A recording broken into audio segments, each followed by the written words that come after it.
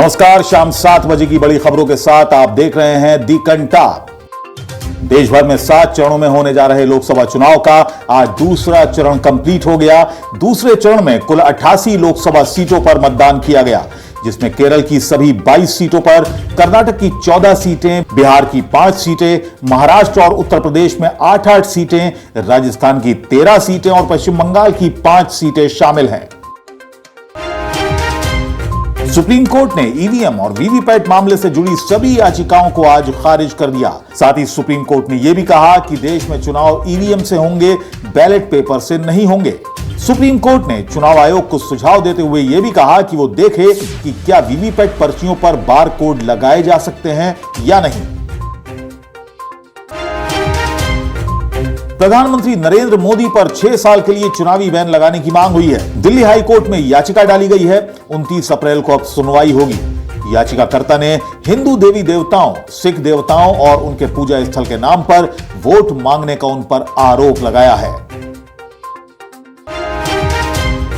दिल्ली के पूर्व deputy CM Manish Sisodia को एक बड़ा झटका लगा। एक बार फिर उनकी न्यायिक हिरासत 8 मई तक बढ़ाई गई है। शराब घोटाले मामले में पिछले साल 23 फरवरी को सीबीआई ने उन्हें गिरफ्तार किया था। कर्नाटक के बीजापुर में राहुल गांधी का चुनावी भाषण हुआ। पीएम नरेंद्र मोदी पर उन्होंने जमकर निशाना साधा। कहा कि पीएम मोदी ने पिछले 10 सालों में गरीबों से सिर्फ पैसा छीना है। प्रधानमंत्री नरेंद्र मोदी पर तंज कसते हुए उन्होंने यह भी कहा कि पीएम मोदी घबराए हुए रहते हैं, शायद कुछ दिनों में उनके आंसू निकल आए।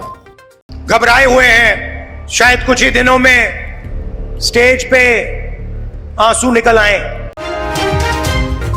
अफजाल अंसारी ने बीजेपी और केंद्र की एनडीए सरकार पर हमला बोला। कहा कि यूपी की 50% सीट भी बीजेपी नहीं जीत पाएगी। एनडीए का खात्मा होना लगभग तय है। देश की जनता ने इसके लिए मिजाज बना लिया है। समाजवादी पार्टी के राष्ट्रीय महासचिव शिवपाल यादव ने मुख्यमंत्री योगी आदित्यनाथ के चूरन वाले बयान को लेकर निशाना साधा। कहा कि मुख्यमंत्री कपड़े तो संतों के पहनते हैं, लेकिन उन्हें संतों का ज्ञान नहीं है। सलमान खान के घर हुई फायरिंग मामले पर बड़ी खबर सामने आई। गिरफ्तार विक्की और सागर से एनआईए की पूछताछ हुई। पंजाब समेत कई राज्यों से जुड़े मामले के तार। बागेश्वर धाम के पीठाधीश्वर पंडित धीरेन्द्र कृष्ण शास्त्री के भाई शालिग्राम गर्ग ने की टोल प्लाजा कर्मियों के साथ मारपीट। एफआईआर दर्ज हुई।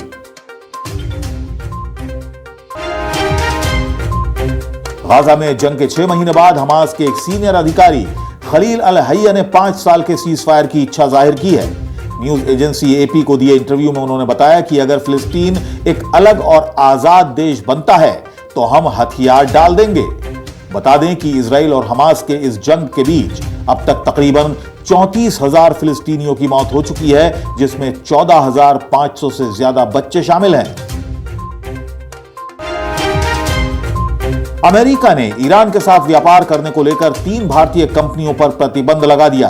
अवैध व्यापार में शामिल होने का आरोप इन कंपनियों पर लगा है। बताया गया है कि इन कंपनियों के जरिए ही ईरान रूस को ड्रोन्स मुहैया करवा रहा है।